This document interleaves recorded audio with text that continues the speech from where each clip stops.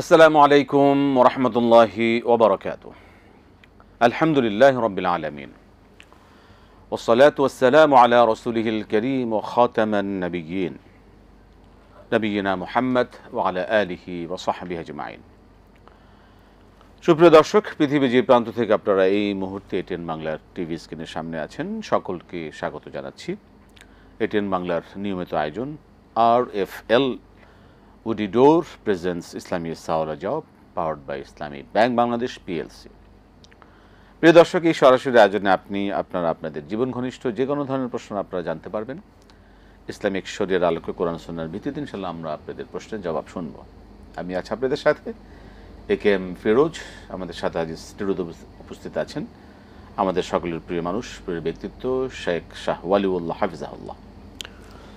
আসসালামু আলাইকুম ওয়া রাহমাতুল্লাহি ওয়া বারাকাতুহু। ওয়ালাইকুম আসসালাম ওয়া রাহমাতুল্লাহ। আহলান সাহলান শেখ, মারহাবান বিকুম।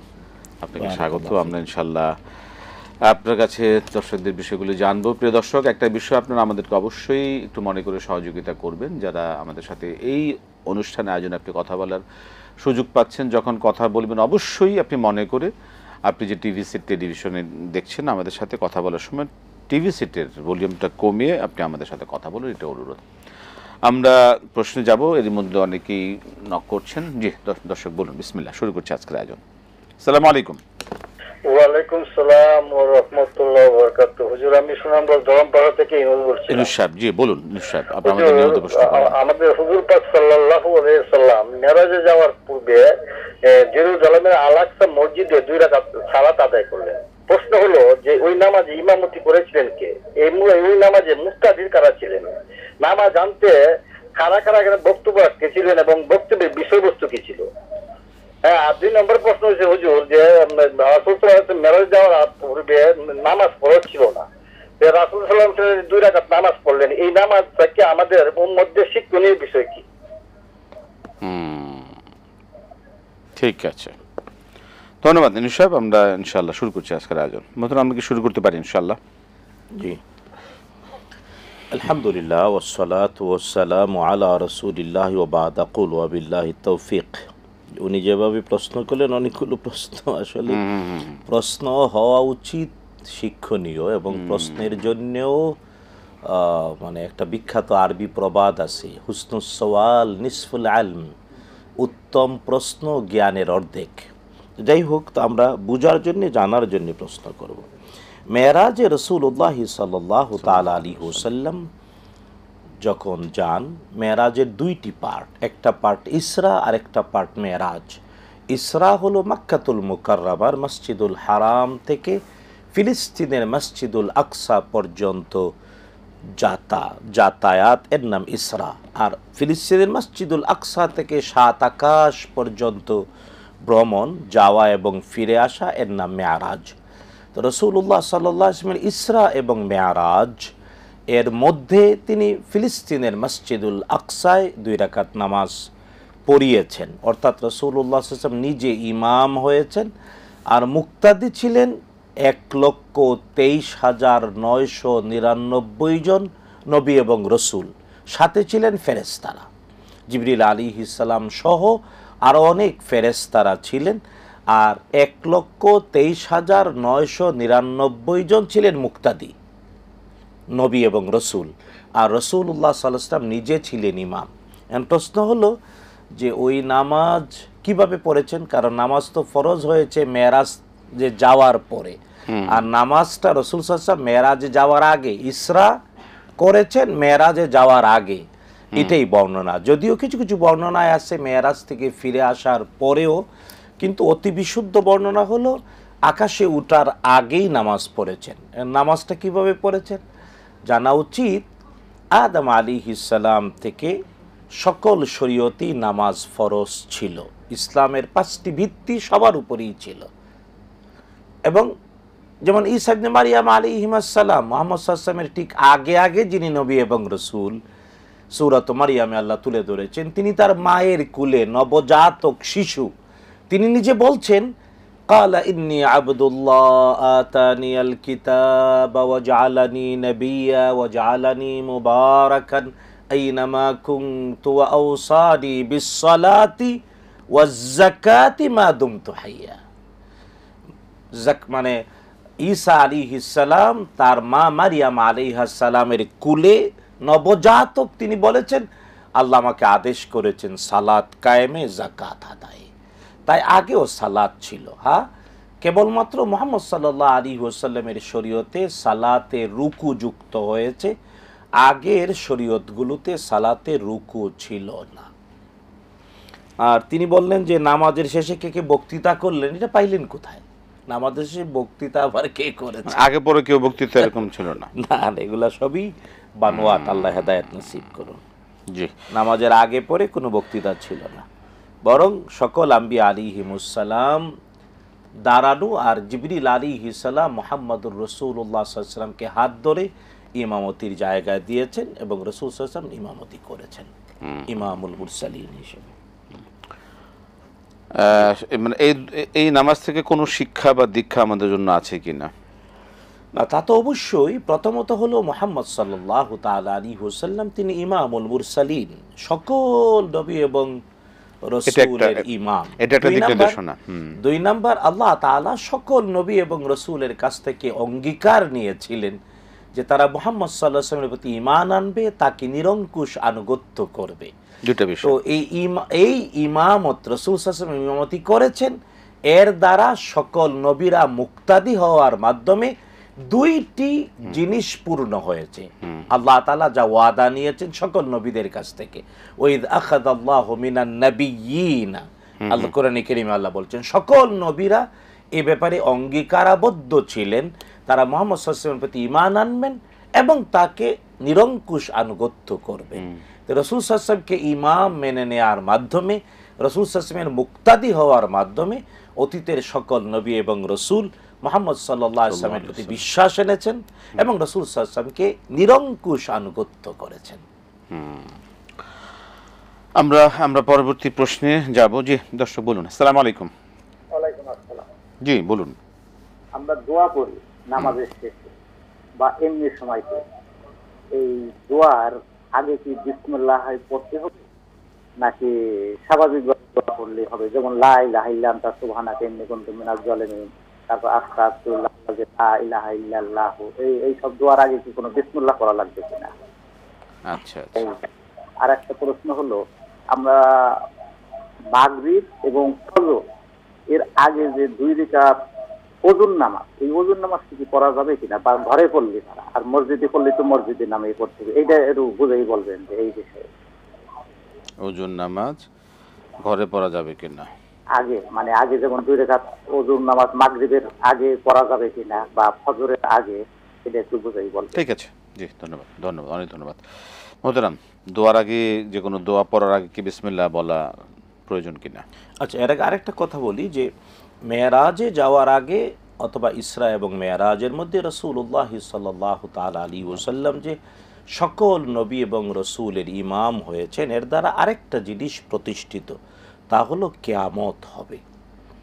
সকল যারাই পৃথিবী থেকে বিদায় নিয়েছে, আল্লাহ তাআলা দেহ প্রাণ সহ পুনরুত্থান ঘটাবেন এবং সবাইকে কিয়ামতের মাঠে একত্রিত করবেন আল্লাহ তাআলা। রাসূল সাল্লাল্লাহু আলাইহি ওয়াসাল্লামকে আল্লাহ হাতে কলমে তা দেখিয়েছেন।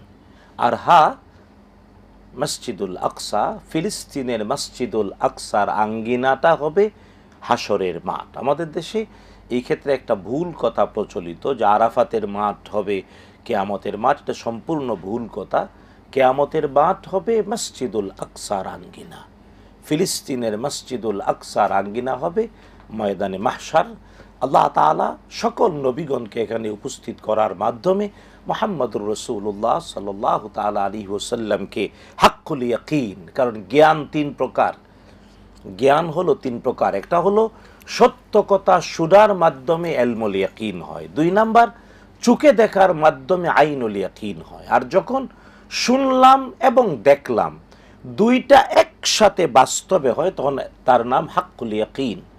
তো আল্লাহ সুবহানাহু ওয়া তাআলা বিশ্বনবী মুহাম্মদুর রাসূলুল্লাহ সাল্লাল্লাহু তাআলা আলাইহি ওয়াসাল্লামকে হাক্কুল ইয়াকিন দান করেছেন।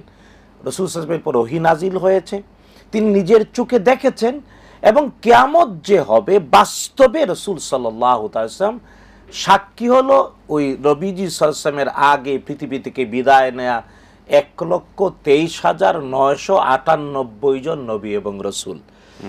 2 জন বাদ দিলাম, কারণ একজন রাসূল সাল্লাল্লাহু আলাইহি ওয়াসাল্লাম নিজে, আরেকজন ঈসা ইবনে মারিয়াম, তারা তখনও দুনিয়ার জীবনে জীবিত। কিন্তু আল্লাহ তাআলা ওই 1,23,998 জন নবী এবং রসুলকে, যারা এরই মধ্যে পৃথিবী থেকে বিদায় নিয়েছেন, তাদেরকে দেহ প্রাণ সহ উপস্থিত করে আল্লাহ তাআলা বিশ্বনবী সাল্লাল্লাহু তাআলা আলাইহি ওয়াসাল্লামকে হাক্কুল ইয়াকিন, জ্ঞানের সর্বশ্রেষ্ঠ স্তর দেখিয়েছেন যে অবশ্যই কিয়ামত হবে। আল্লাহ সুবহানাহু ওয়া তাআলা সবাইকে আবার উঠাবেন, ভালোর জন্য পুরস্কার, মন্দের জন্য তিরস্কারের জন্য। প্রিয় দর্শক, আপনারা দেখছেন RFL audio door presence Islami সালজা powered by Islami bank Bangladesh PLC. আমরা যাব পরবর্তী প্রশ্নে। দর্শক কে আছেন, আপনারা আমাদের স্ক্রিন যে নাম্বারগুলো যাচ্ছে সেখান থেকে আপনারা প্রশ্ন করুন।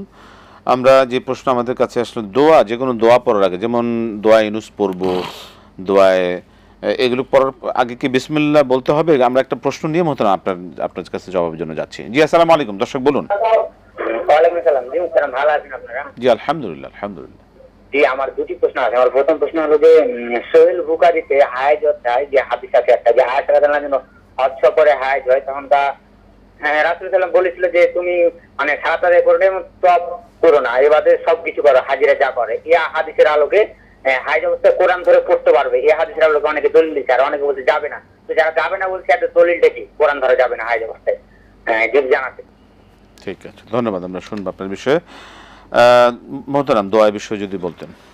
ব্যাপার হলো যে কোনো ভালো কাজ শুরুর আগে বিসমিল্লাহ বলাটা সুন্নায় সমর্থিত। কিন্তু ব্যাপার হলো ব্যক্তি যখন সালাত শুরু করবে, তো সালাতের সূচনাতেই বিসমিল্লাহির রহমানির রহিম, শুধু তাই না, বিসমিল্লাহর আগে আউযুবিল্লাহও পড়বে। আউযুবিল্লাহি মিনাশ শাইতানির রাজিম, বিসমিল্লাহির রহমানির রহিম বলে যখন তাকবীরে তাহরিমা শুরু করবে, সালাম না ফিরানো পর্যন্ত এটা একটা কাজ। সুতরাং এর মধ্যে আবার ব্যক্তি যখন আত্তাহিয়াতু পড়বে, দুরূদ শরীফ পড়বে, এর আগে বিসমিল্লাহ পড়ার দরকার নাই। কিন্তু বাহিরে যখন ব্যক্তি আলাদাভাবে কোনো কিছু করবে, তখন আল্লাহ তোমার নামে শুরু করছি বিসমিল্লাহির রহমানির বলতেই পারে। জি, আমরা পরবর্তী প্রশ্ন। ফজর মাগরিবের পূর্বে ওজুর নামাজ কি পড়া যাবে কিনা? অবশ্যই পড়া যাবে। সাধারণভাবে আসর ফরজ পড়ার পর থেকে মাগরিবের আগ পর্যন্ত, ফজরের ফরজ পড়ার পর থেকে সূর্য উদয়ের আগ পর্যন্ত সাধারণ কোনো নফল নামাজ নাই। কিন্তু ব্যক্তি অজু করলো, অজুর জন্য 2 রাকাত নামাজ পড়তে পারে। বিপদে পড়লো, সে সালাতুল হাজত পড়তে পারে। জানাজা আসলো, জানাজা পড়তে পারে মাগরিবের সালাতের পূর্বে, হ্যাঁ, আজানের পরে। জি, আমরা প্রশ্ন নেব। দর্শক জি, আপনারা প্রশ্ন করুন। পরবর্তী প্রশ্ন হচ্ছে যে হযরত আয়েশা রাদিয়াল্লাহু তাআলা আনহুর যে হায়েজ যে মাসালার কথাটা বলা আছে, এই বিষয়ে আসলে কোরআন ধরা না ধরার বিষয়ে কি ফয়সালা আছে? দেখুন, প্রশ্নকারী নিজেই তো বললেন, সহিহ আল বুখারীর যে আমাদের মায়েদের অসুস্থতার অধ্যায় আছে, এখানে যে হাদিস ব্যাপারটা, তার প্রশ্নটা হলো যে একজন অসুস্থ হায়েজ অবস্থায় একজন মা বোন, তিনি কোরআন ধরে পড়তে পারবেন কি না, এই হলো ওনার প্রশ্ন। ব্যাপারটা হলো এই মাসালাটা মত পার্থক্যময়, কারণ বর্তমান পৃথিবীর আলেমরা প্রায় 2 ভাগে বিভক্ত এই বিষয়ে। অনেকেই বলেন যে না, যেহেতু নাপাকি আর কোরআন আল করিম আল্লাহ তাআলার কালাম, আর আল্লাহ তাআলা বলেছেন লা ইয়ামাসসুহু ইল্লাল মুতাহহারুন, অতি পবিত্র ছাড়া আর কেউ তা স্পর্শ করবে না। এর ভিত্তিতে একদল আলেম বলেন যে মুখস্থ তেলাওয়াত করতে পারবে, কিন্তু টাচ করবে না। যদিও কঠোর কোনো আলেম আবার বলেন মুখস্থ পড়তে পারবে না। কিন্তু এটা আসলে কেবলই আবেগতাড়িত কথা, দলিল নির্ভর নয়। কারণ একজন ইমানদার, যার ইমান আছে, সে কখনো পূর্ণ নাপাক হয় না। এর দলিল আবার সেই আবু হুরায়রা রাদিয়াল্লাহু তাআলা আনহুর হাদিস, যে তিনি একবার তার স্বপ্ন দোষ হলো, সকালবেলা রাসূল সাল্লাল্লাহু আলাইহি ওয়াসাল্লামের সাথে সাক্ষাৎ হলো, নবীজি সাল্লাল্লাহু আলাইহি ওয়াসাল্লাম সাক্ষাতের পরে তাকে মুসাফা করতে হাত বাড়ালেন, কিন্তু আবু হুরায়রা সালাম দিয়ে হাত গুটিয়ে চলে যাচ্ছেন। বিশ্বনবী বলেন, কি হলো আবু হুরায়রা, আমি তোমাকে মুসাফা করতে চাচ্ছি, তুমি হাত গুটিয়ে ফেলছো। আবু হুরায়রা বলেন, আমি তো নাপাক অবস্থায় আছি। বিশ্বনবী বলেন, শুনো, আল্লাহ কোরআন আল কারীমে বলেছেন, ইন্নামাল মুশরিকুনা নাজাস, যে মুশরিক সে হলো আপাদমস্তক নাপাক, যতই উপর দিয়ে সেন্ট বা সাবান ব্যবহার করুক না কেন। আর ঈমান যে এনেছে, ঈমানদার যে ব্যক্তি, সে আসলেই পবিত্র। সাময়িক নাপাক হয়েছে, তো এটা গোসল করলেই তো তুমি পাক হয়ে যাবা, সুতরাং এতে আমার সাথে হাত মিলাতে অসুবিধা নেই। সেই বিখ্যাত হাদিস আমাদের সামনে দলিল, এবং উলামারা বলেন যে হ্যাঁ, একজন পুরুষ অথবা নারী গোসল ফরজ হওয়া অবস্থায়ও সে মুআওয়াযাতাইন বা আয়াতুল কুরসি নিজের রক্ষার জন্য পড়তে পারবে, নিষেধ নাই। কিন্তু যারা বলেন কিছুই পড়তে পারবে না, তারা কেবল আবেগতাড়িত হয়ে বলেন আল্লাহ হেদায়েত নসিব করুন। কিন্তু যে মাসালাটা তিনি জিজ্ঞেস করলেন যে হ্যাঁ, অসুস্থ একজন নারী তিনি কি কোরআন পড়তে পারবেন, এই ক্ষেত্রে বলেছি যে দুইটি অভিমত। একদল বলেন যে পড়তে পারবে, তবে এই ক্ষেত্রে সরাসরি না ধরে কোনো কাঠি দিয়ে পাতা উল্টাবে অথবা কোনো কাপড় সহযোগিতা নিয়ে কোরআন আল কারীমের পাতা পৃষ্ঠা উল্টাবে আর পড়বে। আর যারা বলেন যে পড়তে পারবে না, তারা ওই লা ইয়ামাসসুহু ইল্লাল মুতাহহারুন আয়াত দলিল দেন, যদিও এই আয়াত আল কারীমা ফেরেশতাদের ব্যাপারে, এবং সাত আকাশের উপরে লৌহে মাহফুজে সংরক্ষিত কোরআন আল কারীম যা ফেরেশতা ছাড়া আর কেউ টাচ করতে পারে না, এটাই আল্লাহ তাআলা বুঝিয়েছেন। আল্লাহু আ'লাম। আমরা এই বিষয়ে আরো প্রশ্ন আসছে, ইনশাআল্লাহ আমরা শুনবো। একটা প্রশ্ন নিচ্ছি, দর্শক বলুন। আসসালামু আলাইকুম। ওয়ালাইকুম সালাম ওয়া রাহমাতুল্লাহি ওয়া জাযাকাল্লাহু খাইর। ওয়াইয়াক। আমি চট্টগ্রাম থেকে বলতেছি। বলুন। আমার প্রশ্ন, আসরে নামাজ পড়ার পর এরপরে কি আমরা মানে যে নামাজ ছুটে গেছে এই নামাজ কোনো পড়তে পারবো কিনা? যে আরেকটি প্রশ্ন করতে চাচ্ছি আমি, আমার ভাইয়ের জন্য আমি দোয়া করছি, ও ক্যামেরার মধ্যে থাকে, ও যদি ওয়ার্ক পারমিট যেতে পারে একটু মুক্তাবানিতে দোয়া করবেন। মায়ের জন্য দোয়ায় তো? না না, আমার ভাইয়ের জন্য। ভাই জি, ক্যামেরার মধ্যে থাকে, যাতে ওয়ার্ক পারমিট যেতে পারে, ওয়ার্ক পারমিট। ভাইয়ের জন্য থাকে, বিদেশে থাকে, সেই জন্য ওয়ার্ক পারমিট পায়, তাই তো?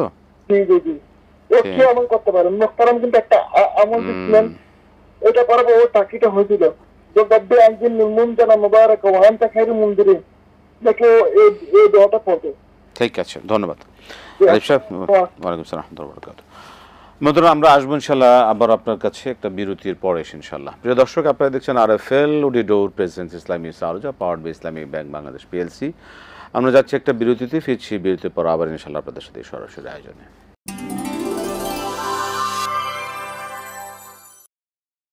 আসসালামু আলাইকুম রহমতুল্লাহ বরকাত। প্রিয় দর্শক, ফিরে এলাম বিরতির পর আরএফএল উডিডোর প্রেজেন্স ইসলামী সারজা powered by Islamic Bank Bangladesh PLC. আমরা সরাসরি আয়োজনে আছি। দর্শক প্রশ্ন করুন, আপনাদের আমাদের নির্ধারিত নাম্বারে একটা প্রশ্ন নিচ্ছি। দর্শক কে আছেন বলুন, কি প্রশ্ন? আসসালামু আলাইকুম। ওয়ালাইকুম সালাম রাহমাতুল্লাহ। হুজুর, আমার প্রশ্ন হলো, 5 ওয়াক্ত নামাজ ফরজ সুন্নাত শেষ করার পরে ওই সালাতুল হাজতের নামাজ পড়া যাবে? 5 ওয়াক্ত নামাজ পর মানে সালাতুল হাজত ওয়াক্ত নামাজগুলি আছে না, 5 ওয়াক্ত পড়ার পরে তারপরে কি সালাতুল হাজতের নামাজ পড়া যাবে? আচ্ছা, ঠিক আছে, ওই অজুতে ওই নামাজে। ঠিক আছে, ঠিক আছে, ধন্যবাদ, ধন্যবাদ। জি, আসসালামু ওয়ালাইকুম আসসালাম ওয়া রাহমাতুল্লাহ। মোহতারাম, আসরের পর যদি অন্য কোনো নামাজ কি পড়া যাবে কিনা, যেগুলো নামাজ ছুটে গেছে এরকম নামাজ? না, ব্যাপার হলো যে ছুটে যাওয়া সালাত কি ধরনের। যদি ব্যাপারটা এমন হয় যে আগের 5 ওয়াক্ত পর্যন্ত ছুটে গিয়েছে, তাহলে ব্যক্তি আসরের আগে এগুলো পড়ে নেবে। 5 ওয়াক্ত পর্যন্ত সালাত যদি ছুটে গিয়ে থাকে, তাহলে অবশ্যই আসর পড়ার আগে, মানে আসরের আগ পর্যন্ত 5 ওয়াক্ত অথবা 4 ওয়াক্ত অথবা 3 ওয়াক্ত অথবা 1 ওয়াক্ত পড়তে পারে নাই, তাহলে আসরের ফরজ পড়ার আগে এগুলো পড়ে নেবে, পড়ে নিয়ে তারপরে আসর পড়বে। এখন প্রশ্নকারী যদি এটা বুঝিয়ে থাকে যে না, পিছনের জীবনের অনেক নামাজ, যেটা আমরা কাজা নামাজ বলে থাকি, উমরি কাজা, উমরি কাজা, তো উমরি কাজা আসলে কোরআন এবং হাদিসের পরিভাষা নয়। এটা কেবল আমাদের সাবকন্টিনেন্টাল উলামাদের বানানো ভাষা। বরং সুন্নাহ দ্বারা প্রমাণ হয় সর্বোচ্চ 5 ওয়াক্ত পর্যন্ত সালাত যদি কেউ না পড়ে থাকে, তাইলে যে ওয়াক্ত তার সামনে ওই ওয়াক্ত যদি কেবলমাত্র ওই ওয়াক্ত চলে যাচ্ছে, তাইলে আগে ওই ওয়াক্তের নামাজটা পড়বে। আর যদি ওই ওয়াক্ত চলে যাওয়ার সম্ভাবনা নাই, সময় আছে, তাহলে আগে পিছনের গুলো পড়ে তারপরে উপস্থিত ওয়াক্তটা সেক্ষেত্রে পড়বে। এটা হলো সুন্নাহ, এটা সেক্ষেত্রে হলো নিয়ম। মানে কোনো জামাত যদি উপস্থিত হয়ে যায়, জামাত হলেও সে নিয়ত করবে পিছনের যে কোনো একটা, এটা হলো সুন্নাহ। ইন্নামাল আমালু বিন্নিয়াত। তারপরে কন্টিনিউ করে সে ধারাবাহিকভাবে পড়বে। যদি কেউ এটা বুঝতে না পারে, তাইলে জামাতের সম্মানে সে উপস্থিত ওয়াক্তের জামাত পড়লো, তারপরে ধারাবাহিকভাবে পড়ে নেবে, পড়ে যাবে। জি, আমরা আমরা আমরা প্রশ্নে যাব, যে তার আগে যে মোহতারাম ভাইয়ের জন্য দোয়া চেয়েছেন আমাদের আরিফ সাহেব, ওয়ার্ক পারমিট যেন পান, বিদেশে আছেন। আপনি আগে আরেকবার দোয়া করেছিলেন, সে চাকরি পেয়েছিল, আবার দোয়া চাচ্ছে, একটু দোয়া আল্লাহ চাচ্ছে। তাআলা তাদের সকল প্রয়োজন পূর্ণ করুন, আমরাও আমিন, দোয়া আমিন। করি, তারাও দোয়া করুন। রব্বানা আতিনা ফিদ দুনিয়া হাসানা ওয়া ফিল আখিরাতি হাসানা ওয়া কিনা আযাবান নার। একটা দোয়া আপনি বলেছেন, রব্বি ইন্নী রব্বি আনজিলনি মুনজালাম মুবারাকা ওয়া আনতা খায়রুল মুনজিলিন। জি, বারাকাল্লাহ। জি, আমরা প্রশ্ন নিচ্ছি। দর্শক বলুন। আসসালামু আলাইকুম। আসসালামু আলাইকুম, আব্দুল জব্বার পাবনা থেকে। স্যার ভালো আছেন? আলহামদুলিল্লাহ, আলহামদুলিল্লাহ। ওয়ালাইকুম সালাম। দুজনকে ধন্যবাদ। আসলে আমার প্রশ্ন হচ্ছে, মুনাজাত বিষয় নিয়ে আপনাদের কাছ থেকে পরিষ্কার অনেক কিছু শুনেছি, ফরজ নামাজ পর মুনাজাত, কিন্তু আমাদের মহল্লা মসজিদের ইমাম সাহেব একটা কথা বলছে আজকে আবার, যে দেখেন 10 জন মিলে যদি আল্লাহর কাছে হাত তুলে আল্লাহ একজনের দোয়া কবুল করতেও পারে, তাহলে লাস্ট পাস রেখে সংক্ষিপ্ত ভাবে বলবেন, বারবার একটা জিনিস প্রশ্ন বিব্রত করবেন সবাই। আর 2 নম্বরে লোকে সকালে একটা ছেলের নাম বলবো না, সূরা আল্লাহ মানে 14 থেকে 20 নম্বর আয়াত পর্যন্ত একজন কারি সাহেব এত সুন্দর করে আয়াতটা পেশ করলেন, আমার খুব ভালো লাগলো। কিন্তু আমার প্রশ্ন হচ্ছে, যখন আয়াত শেষ হয়ে গেল, উনি তখন তাফসিরে যাবে, সাথে আরেকজন আছে ব্রেকে যাবো, আমরা যেমন ব্রেকে গেছিলেন, ব্রেকে গেল, কিন্তু ব্রেকের সময় একটা নেকেট ড্যান্স দিল। তাই আপনারা তো ব্রেকে যান, ব্রেকে কিন্তু বিজ্ঞাপন, ধর্মীয় অনুষ্ঠানগুলো ভালো ভালো বিজ্ঞাপন দেয়, ওই দিয়ে দেখে তখন খুব খারাপ লাগলো যে এত সুন্দর একটা অনুষ্ঠানে এই বিজ্ঞাপনে যা এটা মানে খারাপ লাগলো এই ড্যান্স দেখে। এটা ইসলামে কি এলাও করে কিনা? আর 3 নম্বর প্রশ্ন হচ্ছে যে ইসলামী দলগুলো যে মাঠে ময়দানে বিভিন্ন ইস্যু নিয়ে নামছে, যে তাদের ভবিষ্যৎ কথা যারা সুদ মুক্ত করবো, ঘুষ মুক্ত করবো, পর্দা ফরজ করে দেবো, কিন্তু আসলে তাদের এই দাবি দেওয়ার ভিতর কি যে তারা যে কষ্ট করছে দাওয়াতি কাজের ভিতর পড়ে কিনা? আল্লাহ সংক্ষিপ্ত প্রশ্ন হচ্ছে, আযানের সময় অনেকে সাধারণ নাম মোহাম্মদ রাসূলুল্লাহ বলে, অনেকে রসুলুল্লাহ বলে, রাসূল আর রসুল, এগুলো ভুল হচ্ছে কিনা? ঠিক আছে, ধন্যবাদ। মোহতারাম, 5 ওয়াক্ত সালাতের পর সালাতুল হাজত পড়া যাবে কিনা? অবশ্যই পড়া যাবে, ওই একই অজুতে, একই অজুতে, কোনো একই সমস্যা নেই। ওয়াক্তে।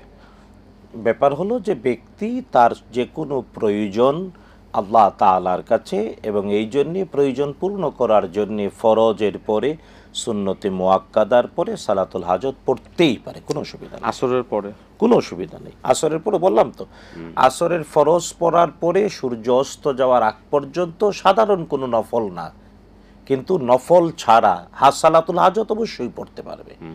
জানাজা আসলে অবশ্যই পড়তে পারবে। অজু করলো, অজুর জন্য তাহিয়াতুল অজু পড়তে পারবে। মসজিদে ঢুকলো, তাহিয়াতুল মসজিদ পড়তে পারবে। সম্মিলিত মোনাজাত ফরজ সালাতের পর ইমাম সাহেব বলেন যে 10 জন মিলে করলে তো আল্লাহ দোয়া কবুলের একটা সুযোগ থাকে না। ব্যাপারটা হলো, মানে আমরা এই ব্যাপারটা স্পষ্ট করে বলতে চাই এবং আমল করাতে চাই যে ফরজ সালাতের পরে রসুল সাল্লাল্লাহু আলাইহি ওয়াসাল্লাম যে সকল তাসবিহ করেছেন এগুলা করতে হবে। রসুল সাল্লাল্লাহু আলাইহি ওয়াসাল্লাম ফরজ সালাতে সালাম ফিরিয়ে হয় একবার আল্লাহু আকবার বলেছেন তাকবীর, অথবা 3 বার বলেছেন আস্তাগফিরুল্লাহ আস্তাগফিরুল্লাহ আস্তাগফিরুল্লাহ, তারপরে আল্লাহুম্মা আনতাস সালাম ওয়া মিনকাস সালাম, এই বলে রাসূল সাল্লাল্লাহু আলাইহি ওয়াসাল্লাম যে সকল আযকার, যে সকল তাসবিহ নিজে নিজে করেছেন এগুলা করতে। আয়াতুল কুরসি পড়তে হবে, তারপরে সুবহানাল্লাহ আলহামদুলিল্লাহ আল্লাহু আকবার পড়তে হবে। তারপরে ফরজ সালাতের ডানে বামে সালাম ফিরানোর পরে রসুল সাল্লাল্লাহু আলাইহি ওয়াসাল্লাম যে সকল আমল করেছেন এগুলা করতে হবে। এগুলা করার শেষে এগুলা সব শেষ করার পরে যায় যদি কেউ হাত তুলে দোয়া করতে চায় করতেই পারে। ব্যাপারটা হলো যখন কেউ ডানে বামে সালাম ফিরানোর সাথে সাথে আল্লাহুম্মা আমিন, আসসালামু আলাইকুম ওয়া রাহমাতুল্লাহ, আসসালামু আলাইকুম ওয়া রাহমাতুল্লাহ, আল্লাহুম্মা আমিন, এটা হলো সুন্নাহর খেলাফ, এটা হলো বিদআত। জি, সুতরাং এটা বুঝতে হবে। আর হ্যাঁ, যখন একজনে দোয়া করলো অন্যরা আমিন বলল, এটা সুন্নায় প্রমাণ আছে, করতেই পারে, কিন্তু অবশ্যই ফরজ সালাতের পরে রাসূল সাল্লাল্লাহু আলাইহি ওয়াসাল্লামের করা আযকারগুলো, দোয়াগুলো, আয়াতুল কুরসি, সুবহানাল্লাহ, আলহামদুলিল্লাহ আকবার, এগুলা পড়ার পরে, আগে না। এটাকে নিয়মিত করতে পারবেন? কোনো সমস্যা নাই, কোনো সমস্যা। অবশ্যই সুন্নাহগুলো প্রতিদিন প্রতি মুহূর্তে আমল করতে জি, হবে। আমরা আপনার কাছে আবার আসবে একটা বিরতি নেওয়ার জন্য অনুমতি চাচ্ছি। প্রিয় দর্শক, আপনারা দেখছেন RFL woody door presents Islami সাওয়াজার powered by Islami bank Bangladesh PLC। আমরা যাচ্ছি বিরতিতে, ফিরছি বিরতির পর আবার ইনশাআল্লাহ আপনাদের সাথে সরাসরি আয়োজনে।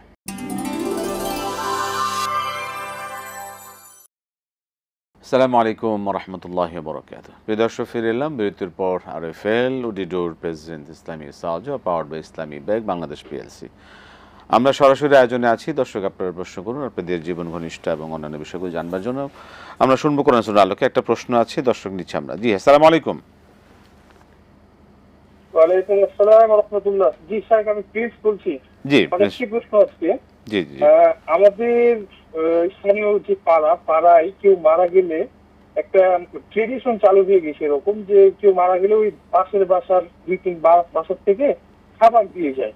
তো 2-3 দিন যাবত চুলা জ্বালাতে দেয় না। এই ব্যাপারটা কি ইসলাম কিভাবে দেখে, বা এটা আসলে বিদআত হচ্ছে কিনা, বা ইসলাম পরিপন্থী কোনো কাজ হচ্ছে কিনা, কি জানাবেন?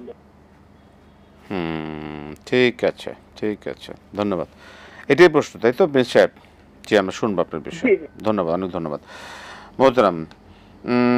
সালাত, এই যে আমাদের টেলিভিশনগুলিতে ইসলামী অনুষ্ঠান এবং কোরআন অনুষ্ঠানের মাঝে এই ব্রেকে গিয়ে একটি বিজ্ঞাপন প্রচারের ক্ষেত্রে আমাদের কতটা সচেতন হওয়া দরকার বা কি খেয়াল রাখা দরকার? আসলে ব্যাপারটা হলো যে এই ক্ষেত্রে যারা বিজ্ঞাপন তৈরি করেন তাদেরকেও সচেতন হওয়া উচিত। এদেশের 90% মুসলমান, অন্য ধর্মাবলম্বী যারা, তারাও বাংলাদেশের বাস্তবতায় হাজার বছরের ঐতিহ্যে অন্তত নারীদেরকে সম্মান করা, মা বোনদের ইজ্জত করা, তাদেরকে নেকেট না বানানো, এটাই আমাদের ট্রেডিশন। এইভাবেই আমরা বড় হয়েছি। সুতরাং যারা বিজ্ঞাপন তৈরি করেন তাদের যদি কমন সেন্স না থাকে, তাইলে তারা তো আমাদের সমাজ থেকে অচ্যুত হওয়া উচিত। আল্লাহ হেদায়েত নসিব করুন। 2 নম্বর হলো যে প্রতিষ্ঠানগুলো তাদের তাদের সামগ্রী বা তাদের প্রস্তুতকৃত বিষয়ের প্রচারণা চায়, তাদেরকেও বোঝা উচিত যে এই প্রচারণাটা নৈতিকতার অনুকূলে থাকা উচিত। অনৈতিকতাকে উস্কে দেয় এমন কোনো কিছু করা উচিত না। আর হ্যাঁ, 3 নাম্বার হলো যে প্রচার সংস্থা যারা বাধ্য হয়ে অনুষ্ঠান সচল রাখার জন্য বিজ্ঞাপন দিতে বাধ্য, তাদেরকেও কমন সেন্স জাগ্রত রাখা উচিত, যাতে করে ট্রান্সমিশনে যারা থাকেন তারা কোন জায়গায় কোন বিজ্ঞাপনটা চলবে এতটুকুন যদি বিবেক জাগ্রত না রাখে। কারণ জানা উচিত প্রত্যেকটা মানুষের সুস্থ বিবেক তার জন্য সেন্সর হিসেবে কাজ করে। তাই প্রত্যেকেই যদি নিজের বিবেককে জাগ্রত রেখে সচেতন থাকে, তাইলে সমাজ স্বাভাবিক হয়ে যেতে বাধ্য। যেভাবে প্রশ্ন করেছেন আমাদের দর্শক, নিঃসন্দেহে তার সাথে আমরাও একমত পোষণ করছি যে অবশ্যই বিজ্ঞাপন প্রচারে নৈতিকতা, ভদ্রতা, কমন সেন্স জাগ্রত রাখা উচিত। আল্লাহ হেদায়েত নসিব করুন। খুবই গুরুত্বপূর্ণ বিষয়, কারণ বিষয়গুলো আমাদের পারিবারিকভাবে টেলিভিশন একটি বলতে গেলে পারিবারিক মাধ্যম, সকলে মিলে এগুলোতে অংশগ্রহণ করা হয়। আর ইসলামী কোরআন তেলাওয়াতের মাঝে একটি অনুষ্ঠান কি ধরনের বিষয় যেতে পারে, বিষয়গুলো আমাদের বিবেচনার বিষয়।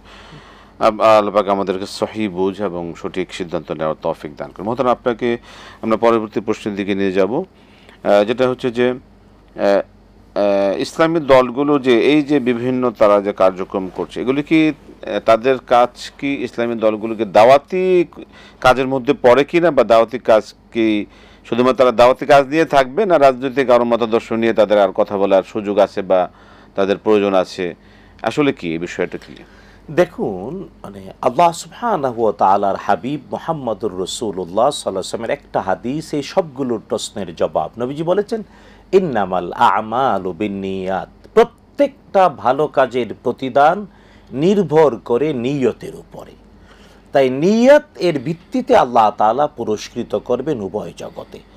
বাস্তবতা হলো যে ইসলামী দল তারা যদি কোরআন এবং সুন্নাহর কথাই মানুষের সামনে উপস্থাপন করে আল্লাহর সন্তুষ্টির জন্য, তাইলে তো অবশ্যই পুরস্কৃত হবে উভয় জগৎ, এবং ওটা দাওয়াতি কাজ হিসেবে, নিঃসন্দেহে দাওয়াতি কাজের মধ্যেই কিন্তু পড়ে। যদি ব্যাপারটা এমন হয়, যদি তাদের টার্গেট হয় যে আমি মানে আমার দলের দিকে আহ্বান করলাম, অথবা আমি একটা পদ পাওয়ার জন্য ক্ষমতার কেন্দ্রিক, বা এটা নাই বা বললাম, শুধুমাত্র আমার দলের দিকে আহ্বান করলাম, অথবা আমি কোনো একটা পদ পাবো এই জন্য এই কথাগুলো বললাম, তাইলে সে যে নিয়তে করেছে ওই নিয়তে হবে।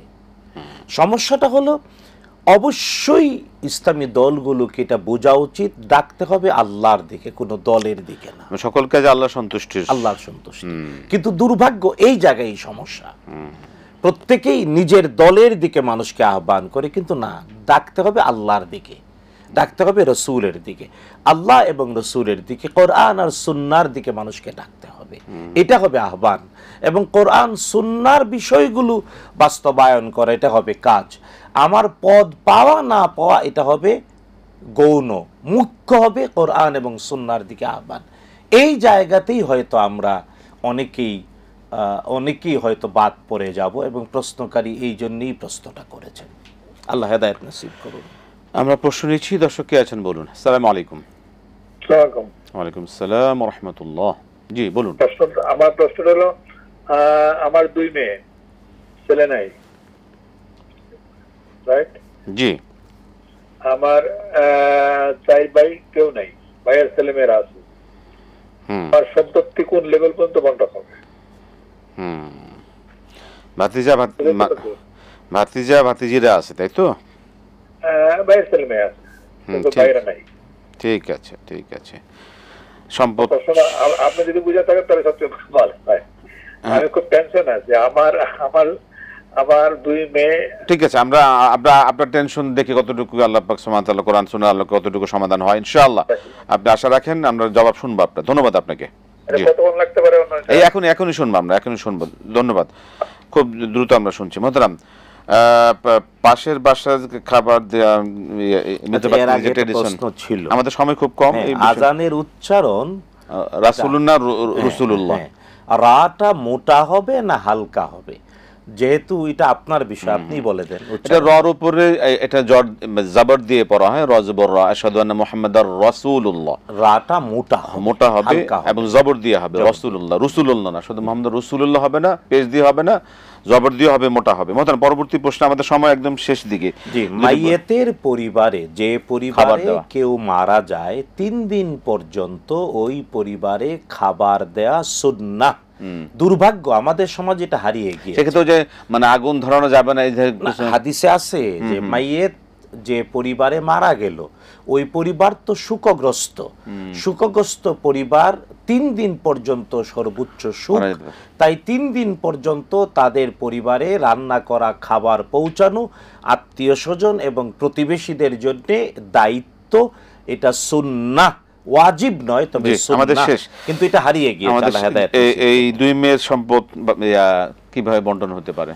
যে পুরুষ অথবা নারী, অর্থাৎ যে বাবা মায়ের কেবল কন্যা সন্তান, আল্লাহ তাআলা কোরআন আল কারীমে বলেছেন কন্যা সন্তান একজন হলে বাবা এবং মায়ের অর্ধেক সম্পত্তি পাবে, বাকি অর্ধেকটা বাবার ভাই বোন, মায়ের ভাই বোন পাবে। ভাই বোন নাই, আমি শেষ করছি। কিন্তু উনি যেভাবে প্রশ্ন করেছেন, তার কেবল 2 মেয়ে, 2 পুত্র সন্তান নাই, তে 2 মেয়ে বাবা এবং মায়ের পরিত্যক্ত সম্পত্তির 3 ভাগের 2 ভাগ, 3 ভাগের 2 ভাগ সমান ভাগ করে পাবে। আর 3 ভাগের 1 ভাগ পাবে তার ভাতিজা ভাইগনা। জি, আমরা জবাব পেয়ে গেছি। অর্থাৎ বাবার পরিত্যক্ত সম্পত্তির 3 ভাগের 1 অংশ পাবে হলো জি মানে চাচাতো ভাই, ফুফাতো ভাই বোন, চাচাতো ভাই বোন, আর মায়ের দিকের 3/2 অংশ সমান ভাগ করে 2 মেয়ে পেয়ে যাবে, আর 1 অংশ পাবে খালাতো আর মামাতো ভাই বোন। এটা হলো শরীয়তের নীতি। এখন প্রশ্ন হলো, স্ত্রী থাকলে স্ত্রী তো পাবে। আচ্ছা আমি বললাম তো, প্রথম হলো ওনার কেবল 2 মেয়ে, না জি আমরা শেষ করব। 2 মেয়ে সময় শেষ। বাবা মায়ের সম্পত্তির 3/2 অংশ সমান ভাগ করে পাবে। জি জি জি। আর 1 অংশ ভাই বেঁচে নাই কিন্তু ভাতিজা ভাতিজিরা পাবে, আর মায়েরটা খালাতো ভাই বোনরা পাবে, মায়ের ভাই ভাতিজা ভাতিজিরা যারা আছে। এখন প্রশ্ন হলো, যদি তিনি জীবদ্দশায় জিনিসটা সেটেল করে যেতে চান, তাহলে ওই ভাতিজা ভাতিজি যারা উত্তরাধিকারী তাদের সাথে আলোচনা করে, তাদের সাথে পরামর্শ করে, তাদেরকে ডেকে এনে যে তোমরাও পাও আর আমার মেয়েরাও পায়, সেটেল করি। যদি পর্যালোচনা করে সকলের সম্মতির ভিত্তিতে সমাধান করতে পারেন আলহামদুলিল্লাহ। কিন্তু যদি অনেক লোকজন আছে কেবল মেয়েকে এককভাবে রেজিস্ট্রি করে দিয়ে যায়, যে ব্যক্তি আল্লাহর বলা বিধান অনুযায়ী সম্পদ বন্টন করে না, সে কোনোদিন জান্নাতে যাবে না। অনেক ধন্যবাদ মতন আপনাকে। আমাদের আজকে শেষ করতে হচ্ছে। প্রিয় দর্শক, এই ছিল আমাদের আয়োজন। আশা করি আপনারা জবাব পেয়েছেন। আল্লাহ পাক আমাদের কবুল করুন। আজকে বিদায় নিচ্ছি। আসসালামু আলাইকুম ওয়া রাহমাতুল্লাহি ওয়া বারাকাতুহু।